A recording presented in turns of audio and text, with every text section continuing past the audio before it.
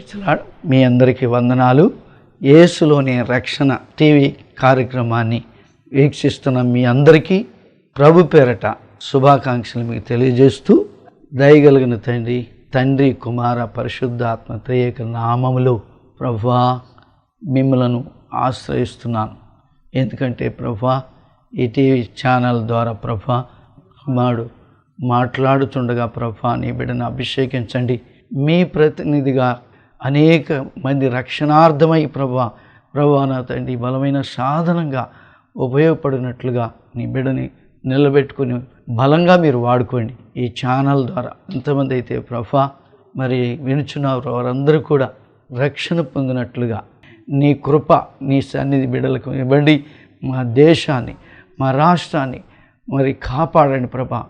ఈ కార్యక్రమం అంతట్లో ప్రభా మీరే మీ అధ్యక్షతలో నడిపించి కొనసాగించమని యేసు నామములో ప్రార్థించి బతిమలు అడుగుచున్నాం మా పరమ తండ్రి. ఆమేన్. ఆమేన్.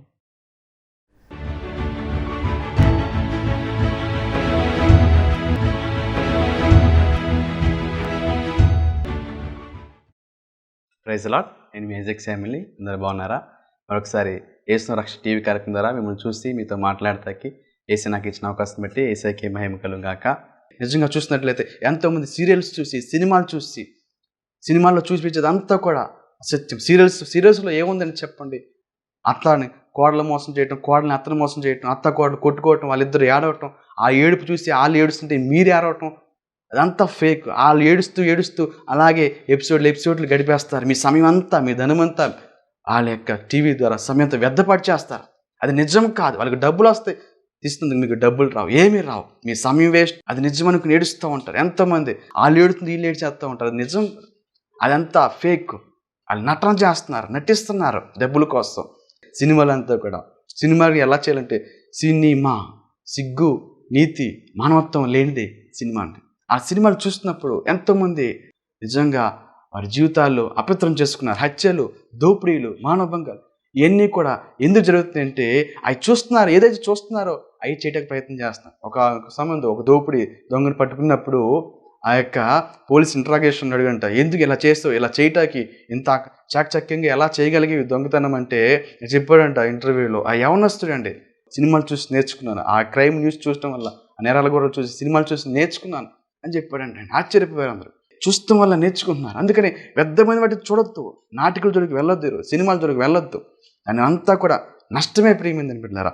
ఒకవేళ అలాంటి వ్యర్థమైన వాటిని చూస్తున్నప్పుడు, ఆ వ్యర్థమైన అపవిత్రమైన దృశ్యాలు చూస్తున్నప్పుడు వెంటనే నీకు గుర్తు రావాల్సిందంటే యేసయ్య సిలువ శ్రమను గుర్తు రావాలి. ప్రియ యవనస్తుడా, ప్రియ తమ్ముడు, ప్రియ చెల్లి, ఆ యొక్క వ్యర్థమైన సినిమాలు, సీరియల్స్, లేదంటే ఫోటోగ్రఫీ, అశ్లీల చిత్రాలు చూడాలని మనసు వచ్చినప్పుడు మీకు ఒక సలహా, మీకు ఒక సూచన ఇస్తున్నాను.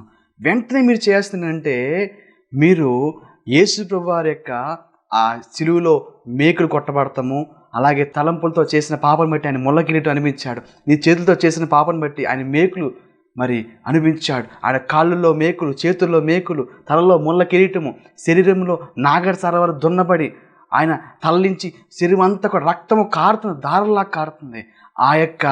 ఆ శ్రమ, ఆ యొక్క ఎంత హింస అనిపించాడు, ఆ ఎంత సిలువ త్యాగాన్ని అనిపించాడు. ఆ ఘోరమైన సిలువ శ్రమను నీకోసం, నా కోసము, నువ్వు చూపులతో చేసిన పాపను బట్టి, నువ్వు శరీరంతో చేసిన పాపను బట్టి, నీ శరీరం అపవిత్రమైపోవటం బట్టి ఆయన చేసిన ఆ సిలువ శ్రమని ఒక్కసారి ధ్యానం చేసుకో. నీకు ఎప్పుడైనా అపవిత్రమైన దృశ్యాలు చూడాలని, ఎప్పుడైనా చెడ్డ వాటిని సినిమాలు, సీరియల్ చూడాలని మనసు వచ్చినప్పుడు వెంటనే ఆ వీడియో ఒక డౌన్లోడ్ చేసుకుని, ఆ సిలువ శ్రమలో దృశ్యం ఉంటుంది, ఆ లాస్ట్ బిట్ ఒక 5-10 నిమిషాలు వీడియో ఉంటుంది, ఆ వీడియోని డౌన్లోడ్ చేసుకుని నీ ఫోన్లో పెట్టుకో. ఎప్పుడైతే నీకు ఆ వ్యర్థమైన వాటి చూడడానికి మనసు వస్తుంది, వెంటనే ఆ సిలువ శ్రమలో ఆన్ చేసుకున్నప్పుడు యేసయ్య ఎంత హింసించబడ్డాడో అది చూస్తుంటే నీకు తెలియకుండా కళ్ళం నీరు వచ్చేస్తుంది. ఎంత హింస, ఎంత శ్రమ అనిపించాడు. అది చూసినప్పుడు నువ్వు ఇదిగో నేను నా కోసం కదా యేసు ఇలా చేశాడు, ఈ శ్రమ అనిపించాడు కనుక నేను నా తలంపులు, చూపులు, శరీరం అపవిత్రపరచుకుంటాకి వీల్లేదని వెంటనే ఆ మనసుని డైవర్ట్ చేసుకుంటాకి, శరీరానుసరి మనసు వెళ్ళిపోయి ఆటోమేటిక్గా ఆత్మానుసరి మనసు నీకు వచ్చేస్తాయి. ఈ యొక్క సహాయాన్ని మీరు ఫాలో అవ్వాల్సిందిగా మనం చేస్తున్నాం. ఆ సిలువ శ్రమను చూడండి, అలాగే ఆ సమాధి గెలిచి పరలోకం ఆరోహణ అవుతున్న ఆ సీన్ ఒకసారి మీరు జ్ఞాపకం చేసుకోండి. అలాగే ఆయన చేసిన అద్భుత ఆశ్చర్యకార్యాలు కొన్ని ఉంటాయి.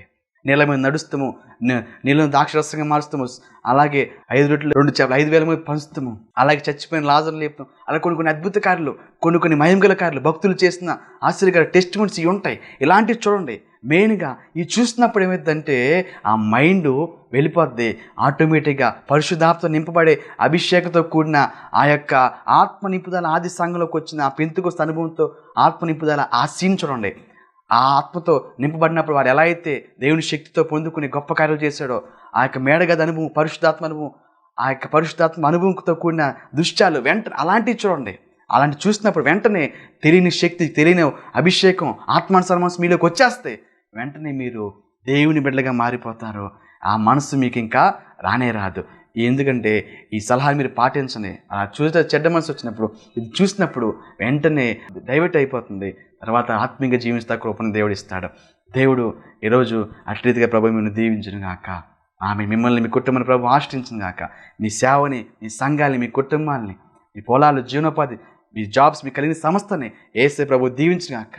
మీ కంటిని ఒక్కదాన్ని కాపాడుకోగలిగితే, కంటిని జయించి యొక్క నేత్రాశ జయించగలిగితే దేవుడు నీకు భూలోకంలో ఆశీర్వాదకుడు, పరలోకంలో నిత్య జీవాన్ని, ఆ నిత్య రాజ్యాన్ని నీకు ఇస్తాడు. అందుకని మనకు తీర్మానం తీసుకోవాలి. Say no to bad movies, say no to pornography sites, say no to movies, say no to serials. No అంటే నెవర్. అంటే మనము నో అని ఎప్పుడైనా చెప్పామంటే అది చూడను అంటే నీ జీవితాంతం వరకు ఇంకా దాని జోలికి వెళ్ళకూడదు. ఈ జీవితాంతం వరకు ఒక నిబంధన తీసుకోండి. సినిమాలు కానీ, సీరియల్స్ కానీ, వ్యర్థమైన అశ్లీల చిత్రాలు కానీ, అలాగే వ్యర్థంగా అపవిత్రమైన తలంపులతో చూస్తే మరి యొక్క కామపు ఆలోచన కానీ, మోహపు చూపులు కానీ చూడనని చెప్పి ఒక తీర్మానం తీసుకోండి. తల్లి, చెల్లి, అక్క అనే భావంతో, అన్న, తమ్ముడు, తండ్రి అనే భావంతో చూస్తాను ఒక తీర్మానం తీసుకోండి. నువ్వు అంటే నెవర్.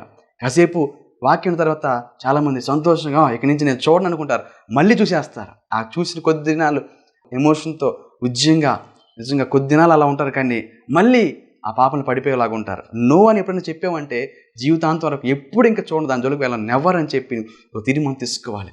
దేవుడు నువ్వు అలాంటి తీర్మానం తీసుకుంటే ప్రభువుని దీవిస్తాడు. ఎందుకంటే చాలా జాగ్రత్తగా గమనించాలి. చాలామంది ఎలా ఉంటాడంటే పాపము మానలేని కన్నులు అంటండి. 2 పేతురు రాష్ట్రపతి 2:14 చూసినట్లయితే, వ్యభిచారిని చూచి ఆశించుచు పాపము మానలేని కన్నులు గలవారును అస్థిరులైన వారి మనస్సులను మరిలో కొలుపు లోబత్తు మందు సాధనం చేయబడు హృదయం గలవారు శపిగ్రస్తులయ్యుండి.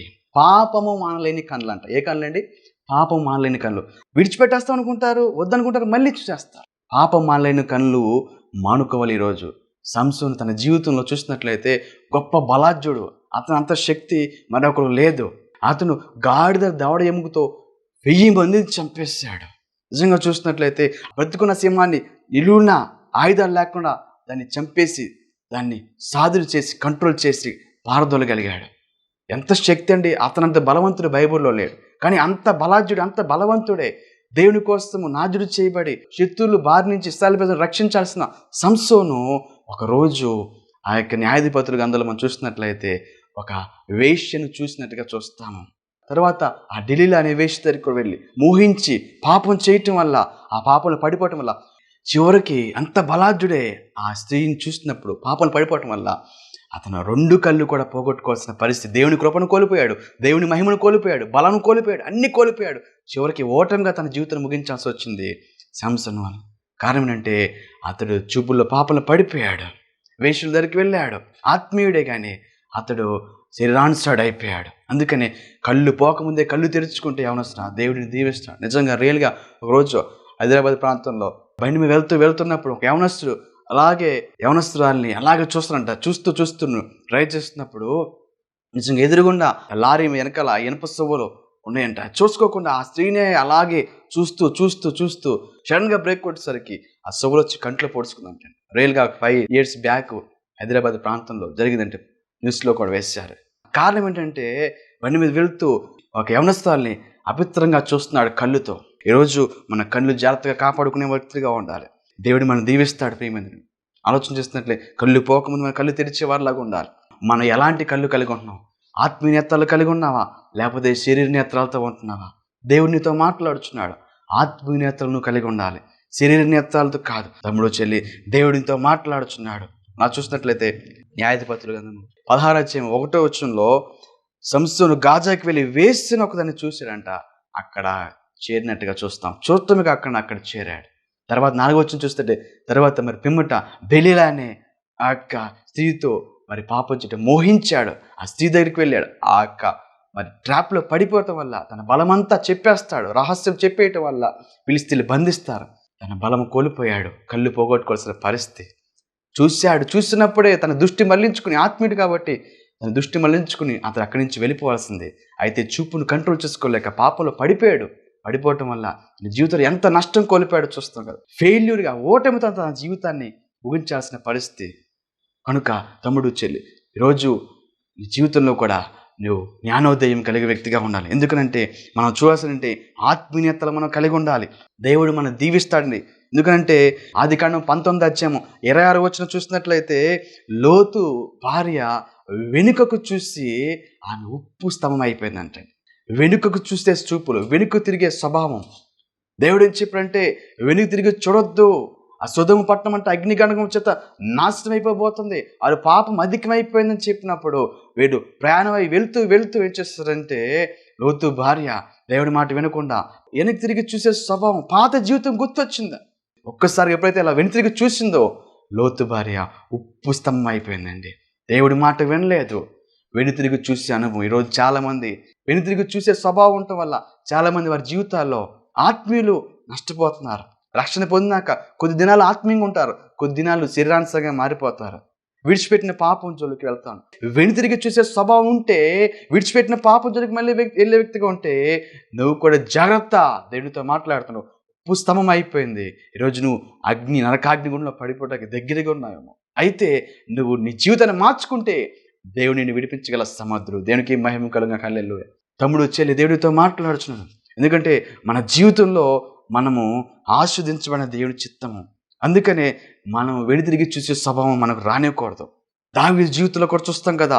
దావీదుకు ఒకానొక సంబంధం సౌలుకి 1000 కొలది, దావీదుకి 10,000 కొలది అని చెప్పి ఆ స్త్రీలు అక్కడ కీర్తన గానం పాటలు పాడినప్పుడు, అలా స్తుతిస్తున్నప్పుడు వెంటనే సౌలు విషపు చూపుతో చూసినట్టుగా చూస్తాం. మరొక చూపేనంటే విషపు చూపండి. చాలా మందికి ఇలాంటి స్వభావం ఉంటుంది.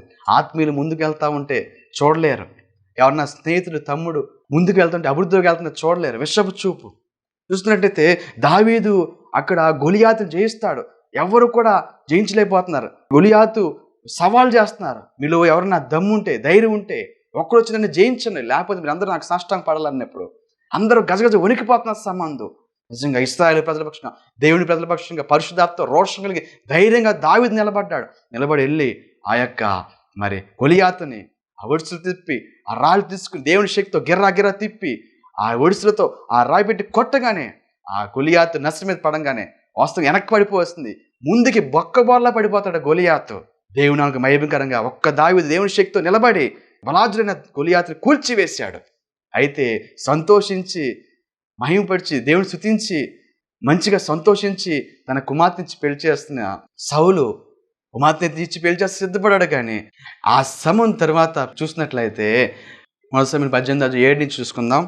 ఆ స్త్రీలు గాన ప్రతిగాలము చేయించు వాయించు సౌలుకు 1000 కొలదియు దావీదుకు 10,000 కొలదియు శత్రువు హతము చేసిరని ఆ మాటకు సౌలుకు ఇంపుగా నుండినందున అతడు బహు కోపము తెచ్చుకుని వాడు దావీదుకు 10,000 కొలదనియు నాకు 1000 కొలదనియు స్తుతులు పాడే, రాజ్యము తప్ప మరి ఏమీ అతనికి తీసుకొనకూడదా అనెను. కాబట్టి నాటి నుండి సౌలు దావీదు మీద విషపు చూపు నిలిపెను. దేవునికి స్తోత్రం. హల్లెలూయా. 18:9 ఏ చూపు అంటే విషపు చూపు అంట. సౌలు దావీదు మీద విషపు చూపు చూశాడు. ఎప్పుడైతే అలా అన్నాడో, విషపు చూపుతో చూస్తాం వల్ల నిజంగా తర్వాత ఎప్పుడు చంపుదామా. వాస్తవానికి సౌలు మరి అలా జయిస్తాం వల్ల, గొలియాతుని జయిస్తాం వల్ల మరి సౌలుకి దావీదు ఏమవుతాడు? సొంత అల్లుడు. అల్లుడి మీద విషపు చూపు చూశాడు. చూసారా, ఆ విషపు చూపు వాళ్ళు ఎప్పుడు దొరికితే అప్పుడు చంపేద్దాం, తర్వాత ఎన్నోసార్లు ప్రయత్నం చేస్తూ ఉంటారు. చూసినట్లయితే అలాంటి విషపు చూపు ఎవరి మీద నీకుంటే ఆ విషపు చూపుని ఈరోజు తీసివేసుకో, దేవుడిని దీవిస్తాడు. దేవునికి మహిమ కలగాలి. మనం చూపులు వెళ్ళాలంటే మంచి ఆత్మీయతలో దేవుడు చూసే చూపులు మనకు కావాలి, దేవుని చూసే కళ్ళు మనకు కావాలి. మనం అలాంటి ఆత్మీయతలు కలిగిన వాళ్ళగా ఉండాలి. ఆదికాండం 13:10 చూస్తే ఆ లోతు యోర్దాను దగ్గర ఉన్న ఆ యొక్క మంచి పర్వతం దగ్గర పక్కన ఆ పొలాలు, ఆ పైరు చూసి, పచ్చదనం చూసి లోతు ఆ పచ్చని వాతావరణము, ఆ పొలాలు కోరుకున్నారు. అంతే, ఆత్మీయ నేత్రాలతో చూడలేదు కానీ మరి శారీరకమైన ఆశీర్వాదం కోసం దేవుని చిత్తం కనిపెట్టకుండా అబ్రాహామును విడిచిపెట్టి ఆ యొక్క ప్రత్యేకంగా ఆ యొక్క శరీర దృష్టితో చూసి ఆ పచ్చని ఈ లోక సంబంధమైన వాటిని లోతు కోరుకుని వెళ్ళిపోయినట్టుగా చూస్తాము.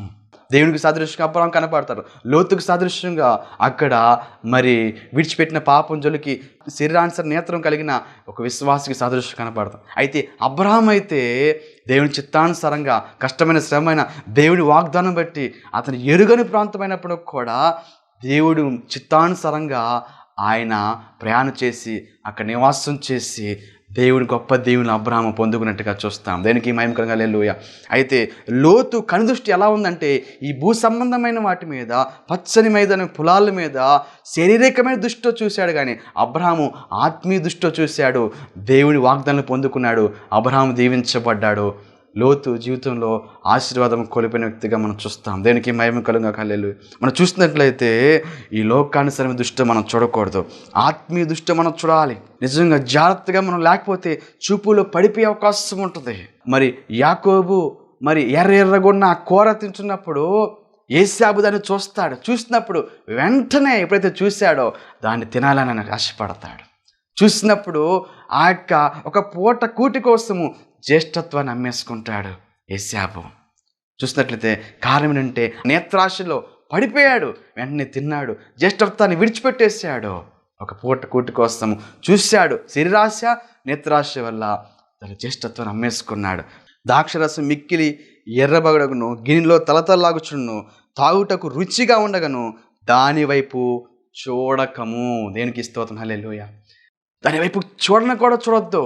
ఎందుకంటే అట్రాక్షన్లో నువ్వు పాపంలో చూసినప్పుడు ఒకవేళ విడిచిపెట్టిన పాపం జోలికి, ఆ విడిచిపెట్టిన తాగు జోలికి వెళ్ళాలని మనసు వస్తేమో, అందుకని దాన్ని కూడా చూడొద్దు అన్నాడు. అందుకని మన చూపులు మన జాగ్రత్తగా మనము కంట్రోల్ చేసుకునే వాళ్ళలాగా ఉండాలి.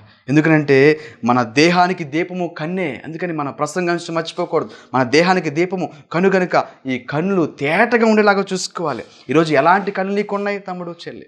ఈరోజు ఎలాంటి కన్నులు చూస్తున్నావు ఈరోజు నువ్వు? ఎందుకంటే జక్కయ్య యేసుప్రభుని ఎప్పుడైతే చూశాడో ఆయన చూపులో ఉన్న మాధుర్యము, ఆయన చూపులో ఉన్న శక్తి, ఎప్పుడైతే జక్కయ్య నిలబడ్డాడో మేడి చెట్టు దిగి వచ్చాడు, దిగిన వెంటనే ఆయన కళ్ళు చూస్తూ మాట్లాడుతున్నాడు. ఆయన మాటలో ఉన్న మాధుర్యం బట్టి ఆయన కంట్లోంచి ఈయన కళ్ళు చూస్తున్నప్పుడు జక్కయ్య నిజంగా తన జీవితం అంతా మారిపోయింది. అతని పాత జీవితం అంతా విడిచిపెట్టేశాడు. మార్పు పొందిన వ్యక్తిగా జక్కయ్య మనకు కనపడతాడు. అతను అన్యాయంగా సంపాదించి అంతా విడిచిపెట్టేసి దేవుని సాక్షిగా జీవిస్తాకు సిద్ధపడ్డాడు. దేవుడు అన్నాడు కదా, ఇతను కూడా అబ్రాహాము కుమారుడే, జక్కయ్య ఇంటికి రక్షణ వచ్చింది. అందుకనే మనం ఆలోచన చేస్తున్నట్లయితే ఎప్పుడైతే జక్కయ్యని చూశాడో ఆయన చూపులో ఉన్న శక్తిని బట్టి జక్కయ్య జీవితం మారిపోయింది. గుడ్డివాడు మనం చూస్తాం కదా, గుడ్డివాడు కూడా యేసు ప్రభువా నీకు ఏం కావాలంటే అయ్యా నాకు చూపు దయచేవా. ఎప్పుడైతే ఆ మాట అన్నాడో ఆయన చూస్తాకి కళ్ళు అడిగినప్పుడు దేవుడు కళ్ళు ఇచ్చాడు. ఆయన చూస్తాక కళ్ళుని పొందుకున్నాడు. దేనికి స్తోత్రం హల్లెలూయా. ఈరోజు ఆయన చూస్తే కళ్ళు నీకు ఉన్నాయా? యేసుని చూస్తే కళ్ళు నీకు కావాలంటే ఈ శరీర సంబంధమైన నేత్రాలు ముయ్యబడాలి. ఈ శరీర సంబంధ పాపాలు, ఈ సెల్ ఫోన్స్లో వ్యర్థమైన చూసేవి, దురాశ చూపులు ఎన్నిటి కూడా నువ్వు తీసివేసుకున్నప్పుడు, శారీరక నేత్రాలు ముయ్యబడినప్పుడు ఆత్మీయ నేత్రాలు దేవుడు తెరుస్తాడు. వాటిని నువ్వు ముందు ఆపివేసుకోవాలి, ఆ పాపను తీసివేసుకోవాలి. అప్పుడు దేవుడు ఉన్నతమైన స్థితితో నేను నిలబెడతాడు. సౌలు జీవితంలో చూస్తాం కదా, సౌలు ఆ వెలుగును చూస్తున్నప్పుడు ఆ యొక్క శరీర నేత్రాలు ముయ్యబడినాయి కానీ ఆత్మీయ నేత్రాలు తెరబడతామని చూస్తామండి. నిజంగా అప్పుడు ఎప్పుడైతే ఆ దర్శనం పొందుకున్నాడో సౌలు, యేసుని చూసి ఆ దర్శనం చూశాడో గుర్రం నుంచి కింద పడిపోతే వెంటనే ఆ వెలుగు చూడగానే నిజంగా అతని జీవితం మారిపోయినట్టుగా చూస్తామండి. సాధువైన మృదువైన క్రీస్తు కోసం జీవించే గొప్ప ఆత్మీయ స్వభావం వచ్చింది. ఎన్ని పత్రికల తర్వాత పౌలు గారు సంఘాన్ని బలపరుస్తూ రాశాడు. ఎంతగా దేవునికి ఆయస్కరంగా జీవించిన వ్యక్తి హింసకుడు. అయితే యేసును చూసినప్పుడు, ఆ దర్శనం చూసినప్పుడు, ఆత్మీయతను తెరబడినప్పుడు దేవుని సాక్షిగా జీవిస్తూ ప్రారంభించాడు. దేవునికి మహిమ కలుగాలి. హల్లెలూయా.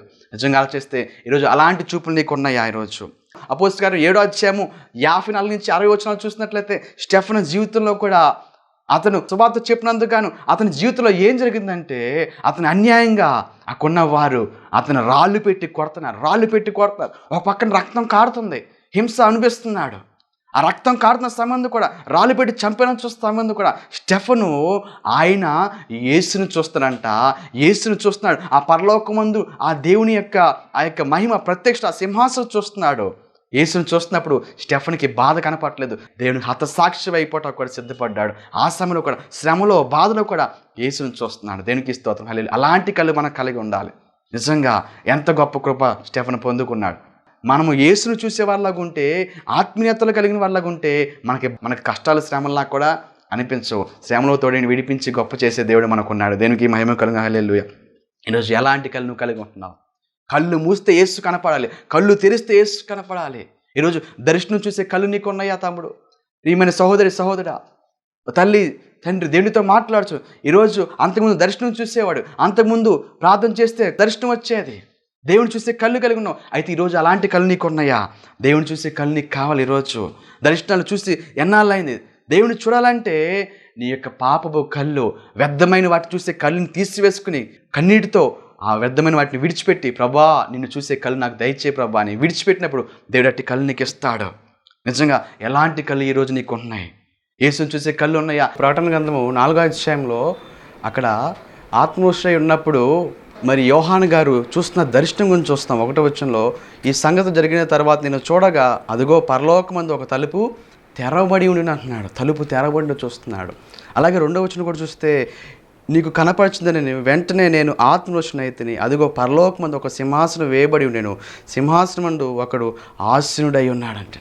చూసినట్లయితే ఆ యొక్క పరలోక రాజ్యం గురించి వర్ణిస్తూ ఆయన దర్శన రూపంలో చూస్తున్న సంఘటనలు మనం చూస్తాం. ఆత్మవశుడై ఉన్నప్పుడు ఆయన చూస్తున్నాడు.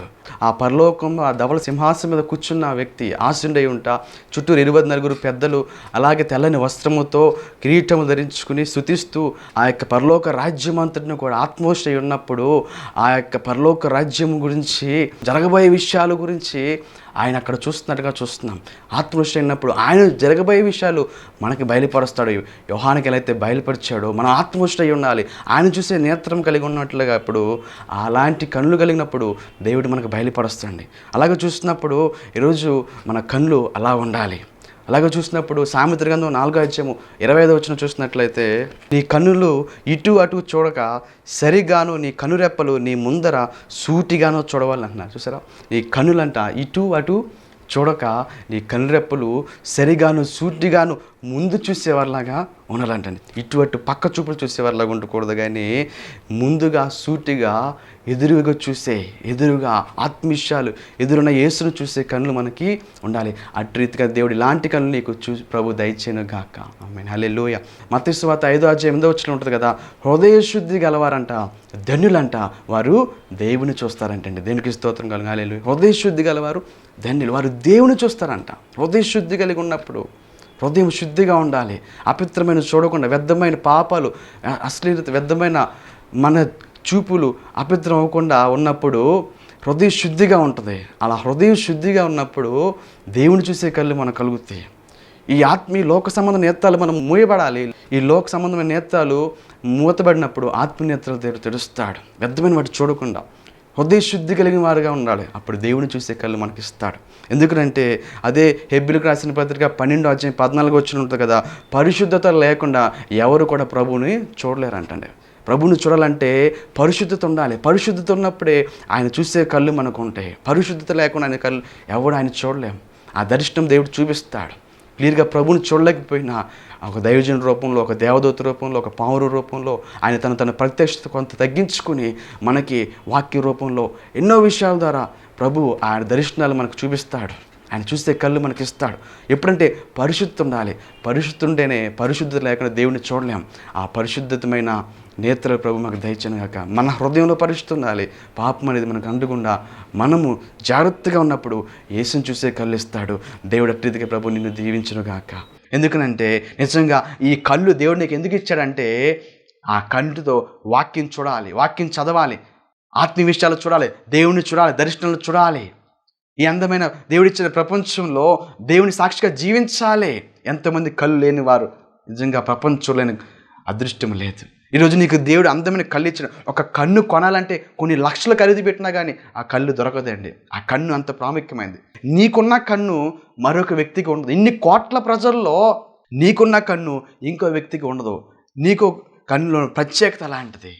చూసినట్లే ఆధార్ కార్డులకు కానీ, అలాగే రేషన్ కార్డులు కానీ, ప్రతి దానికి కూడా ఏ యొక్క ప్రూఫ్స్ కావాలన్నా కానీ ఇప్పుడు ఈ రేషన్ విషయం, అన్ని విషయాల్లో కూడా, ఏ కార్డు విషయంలో, ఏ ప్రభుత్వ పథకాల విషయంలో ఎక్కువ దానికి కంటిని మరి ఫోటో తీయడం, స్కాన్ చేయటం మనం చూస్తున్నాం. కారణం ఏంటంటే ఆ ప్రత్యేకత నీకున్న కన్ను మరి వేరే ఉంది. ఆ రెటీనా, ఆ యొక్క ప్రత్యేకత మనం చూస్తున్నట్లయితే దేవుడు ఎంత నిజంగా అద్భుతంగా ఆ కన్నుని తయారు చేశాడు కదా. ఒకసారి ఆలోచన చేసావా? ఆ కన్ను ఎంత ప్రత్యేకమైంది. కొన్ని లక్షలు ఖర్చు పెట్టినా దొరకదు. అంత విలువైన కన్ను దేవునికి ఇచ్చాడు. ఒకసారి ఆలోచన చేస్తే మనిషి ఎంత జ్ఞానం ఉంది కదా, ఎంత కోట్లు ఆస్తి ఉన్నా కానీ, ఎంత డబ్బు ఖర్చు పెట్టినా కానీ ఒక మనిషి ఒక కంటిని సొంతంగా మనిషి కన్ను తయారు చేయగలడా అండి? కన్ను తయారు చేయలేడు. ఎందుకంటే ఆ కన్ను చెయ్యాలంటే అది సృష్టికర్త అయిన యేసు ఒక్కడికే సాధ్యము. దేవునికి ఇస్తున్నాను హల్లెలూయా. అంత విలువైన కంటిని నీకు ఇస్తే ఈరోజు ఆ కంటితో ఏం చూస్తున్నావు? ఈరోజు దేవునితో మాట్లాడుతున్నాడు. ఈరోజు నువ్వు చూసేది యేసును చూడాలి. యేసును చూసే వ్యక్తిగా ఉన్నట్లయితే ఆత్మీయతలో తెరబిడ్చేవాడు, ఆత్మీయతలతో యేసును చూడాలి.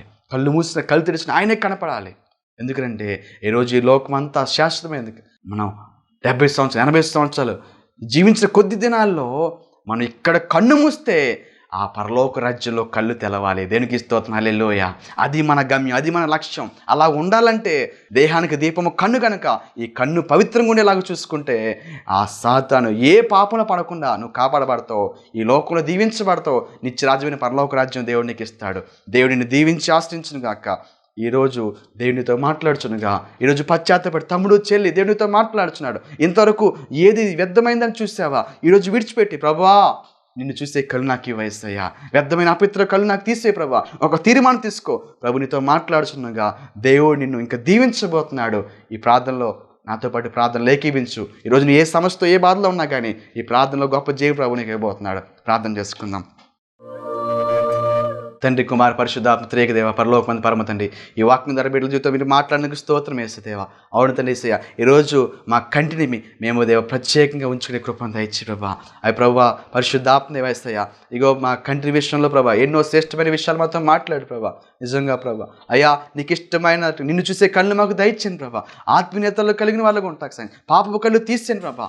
దేవ వ్యర్థమైన వాటి చూడకుండా మా కంటికి నిబంధన చేసుకుని ఈ రోజు నుంచి దేవా ఆత్మీయ నేత్రాలు మాత్రమే కలిగిన వెళ్ళగా దేవా చెడుని చూడకుండా వ్యర్థమైన జోలికి వెళ్ళకుండా నిన్ను చూసే ఆ కళ్ళు మాకు దయచేయండి ప్రభా. యేసయ్య మా కంటిని పవిత్రపరచు. ఈరోజు ప్రభా ఈ రోజు నుంచి ప్రభా నీ సాక్షిగా జీవించే కృపను దయచేయి. ఈ ప్రార్థనలు ఏకీవిస్తున్న వారి కళ్ళు పవిత్రపరచమని ప్రార్థన. నిన్ను చూస్తే ఆ పరలోక రాజ్యము నిత్య రాజ్యమైన పరలోక రాజ్యం స్వతంత్రించుకునే కృపను దయచేయండి ప్రభా.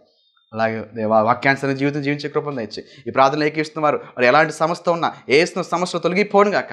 వీళ్ళకి ఆరోగ్యము, ఆశీర్వాదము, దీవెన, క్షేమము ఏశ్రమ కలుగును గాక, రక్షణ కలుగును గాక దీవిస్తూ వారికున్న ప్రతి సమస్య రాజు ఏశ్రమ తొలగిపోను గాక ప్రార్థన చేస్తాను. రాబోయే రోజు నా దేవుడు గొప్ప కార్యం చేసిన గొప్ప సాక్షి చెప్పి స్తుతించే కృపను దయచేయమని, వీళ్ళందరూ దీవించమని ఏసుని ప్రార్థన సమర్పిస్తాడు వీరికి నా ప్రియ పరలోక తండ్రి. ఆమేన్. Praise the lord. ఏ గాడ్ బ్లెస్ యూ ఇండియా. ఏ గాడ్ బ్లెస్ మచిలీపట్నం. ఏసులో రక్షణ కలుగు గాక. ఏసు మనం దీవించి ఆశ్రయించును గాక. ఆమేన్. Praise the lord. కనులు నిన్నే చూడాలని, మనసు నిన్నే చేరాలని, కనులు నిన్నే చూడాలని, మనసు నిన్నే చేరాలని, నా తోడుగా నీవు ఉండాలని ఆశగా ఉన్నది యేసయ్యా, ఆశగా ఉన్నది, ఆశగా ఉన్నది యేసయ్యా, ఆశగా ఉన్నది. కనులు నిన్నే చూడాలని, మనసు నిన్నే చేరాలని,